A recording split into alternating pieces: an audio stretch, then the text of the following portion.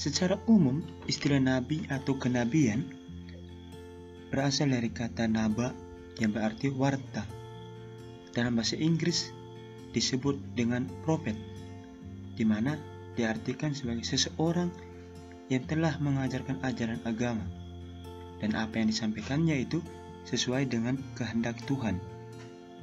Dan dalam bahasa Yunani disebut sebagai prophetes, yang berarti orang yang memiliki hak untuk berbicara tentang wahyu yang diberikan oleh Tuhan.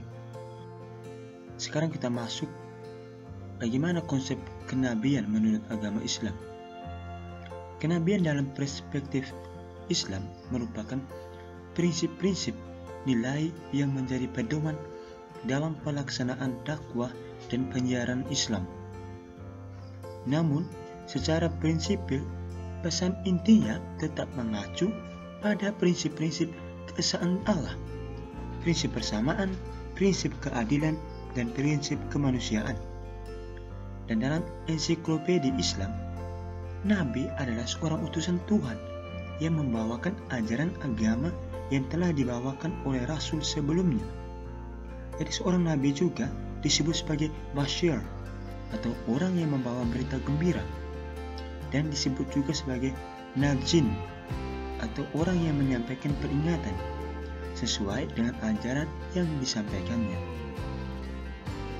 Di dalam Islam itu terdapat 124.000 orang nabi, sedangkan jumlah rasul sebanyak 313 orang. Akan tetapi, nabi yang wajib diketahui dalam Islam adalah nabi yang disebut Al-Quran yang jumlahnya 25.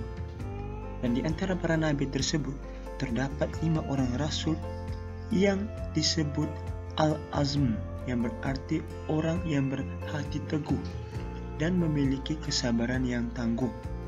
Mereka adalah Muhammad, Ibrahim, Musa, Isa, dan Nuh. Oke, baik, sekarang kita lihat bagaimana konsep kenabian menurut agama Kristen. Agama Kristen adalah suatu kepercayaan yang fokus pada ajaran hidup, penderitaan, wafat, dan kebangkitan Yesus, atau sering dikenal sebagai Isa Al-Masih. Agama Kristen mempunyai keyakinan bahwa Yesus adalah sosok Tuhan dan Mesias, atau disebut dengan orang yang memberi keselamatan bagi umat manusia dan memberi ampun dari dosa. Sedangkan para rasul atau nabi yang sering mereka sebut adalah orang-orang yang mempunyai kewajiban untuk memberikan pesan tentang Allah kepada bangsa Israel. Adapun pesan itu didapatkan secara bervariasi. Di antaranya, pesan didapatkan melalui penglihatan seperti Zakaria. Lalu, pesan didapatkan melalui bisikan seperti Yesaya. Di sisi lain, menurut umat Kristiani, bahwa tugas lain dari nabi yakni menegur umatnya hidup menyeleweng dari moral atau menyalahgunakan janji dan firman Tuhan, terkhusus para petinggi Israel, agar mereka kembali pada jalan yang benar.